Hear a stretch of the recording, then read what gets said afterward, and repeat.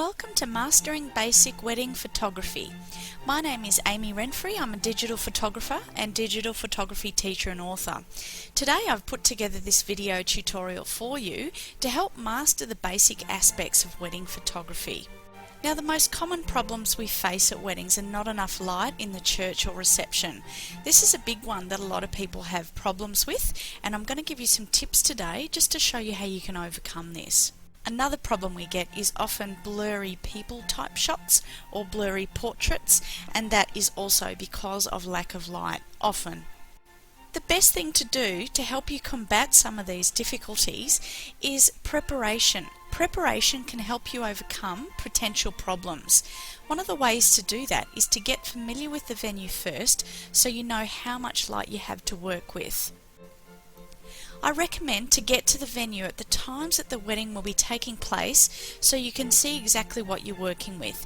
If you can get there a week before the wedding or a couple of weeks before the wedding, then you will have a good idea of what you're working with. Take pictures inside the venue, outside the venue, and if it's a church and then reception, take photos at both. If you can, get permission first, of course, or if the wedding is outside in gardens, take photos of that as well. Now, take careful note of the time of day and have a look at the settings that the camera is actually telling you. It's very important to note down, when you are taking these practice shots of the venue, exactly what the shutter speed and the aperture is telling you. Let's say, for example, you know that the bride and groom will be standing under a tree, and you take a couple of photos and you see that it's too dark, and those photos might be at an aperture of, say, f11 and a shutter speed of 1,000th of a second. You know that that's too dark, so you either may want to slow down your shutter speed or increase your aperture. You may want to take your aperture to, say, f8 and keep the shutter speed the same. Whatever you decide to do, make sure that you get the right light. Another thing about overcoming light problems is that you can really only work with the camera that you have.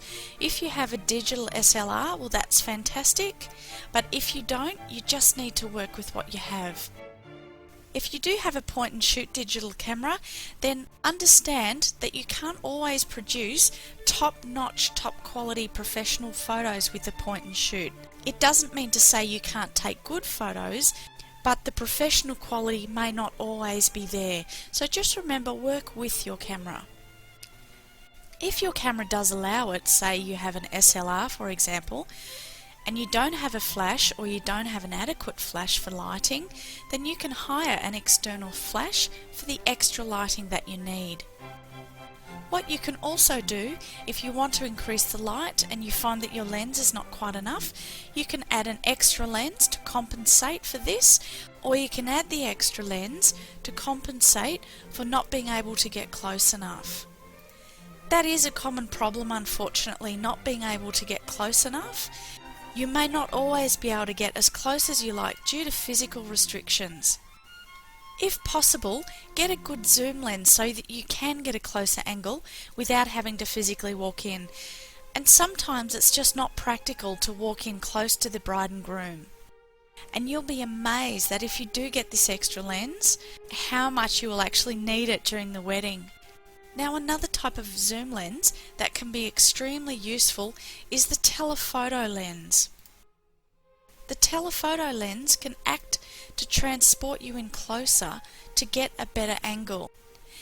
And just remember, telephoto lenses are very long. They're not always used for rare birds or football games. Telephoto lenses are fantastic to bring you in closer. This is a basic explanation, of course. There's a lot more things that you can know about telephoto lenses.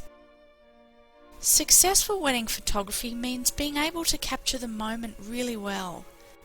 Being fast on the shutter button inside with low light can certainly be a challenge, so this is where you can use the flash. Now, people's tolerance to the flash will change over the course of the night. Most wedding guests will expect that the flash will be going off in low lights, and this is when flash will become accepted. Now, there's a couple of different styles of photos that you can take of the bride. The first is called the formal style. The formal style is really a standard way to take a photo of her Usually what happens, there's a few objects to help you enhance the romantic feelings, such as a bouquet of flowers or flowers in the background, and the use of her veil. These are great props to create a really romantic effect. Usually this is taken with a medium tight portrait type shot. It's cropped fairly closely. The second style is the classical style, and this shot involves a romantic background of some description, say for example the church in the background, or perhaps wedding cars in the background, or something to that effect. This style involves a wider angle, allowing for the emphasis to be on her bridal outfit, such as the wedding dress and flowers in the front. There's also the romantic and intimate style. This is where you can capture a bride's private emotion rather than the emphasis on the social aspect of getting married. It's often a candid shot. It doesn't always have to be, but some of these shots are predominantly candid. And always get permission before coming into the bride's room or personal space. You may want to set this up and organise it with the bride for you to take some candid romantic shots of her at a certain stage in the day. But make sure this is organised first, because remember, the secret to good photography is preparation and planning. Now the second style that you can use is called the fun style. This is often a solo shot or an individual shot of the bride laughing or smiling to show a great sense of happiness. Hopefully she's happy to be getting married. Now you can use colour in this photo. Now what colour does, it shows a more vibrant and energetic feeling to the photograph rather than just a black and white image. Black and whites are beautiful, of course, and I recommend to do this in all your wedding photography. It enhances a feeling of timelessness. Black and white images of wedding shots are very classy indeed. And don't forget the groom. When I went to a wedding a couple of years ago, a gentleman I met there said, "Blokes are just the accessories." And I thought that was really sad. So don't forget to take as much shots of the groom as you can. You can take shots of all the trimmings that a groom wears, such as a close-up of his wedding ring, or you may want to take a close-up shot of his face, maybe a tightly cropped portrait shot.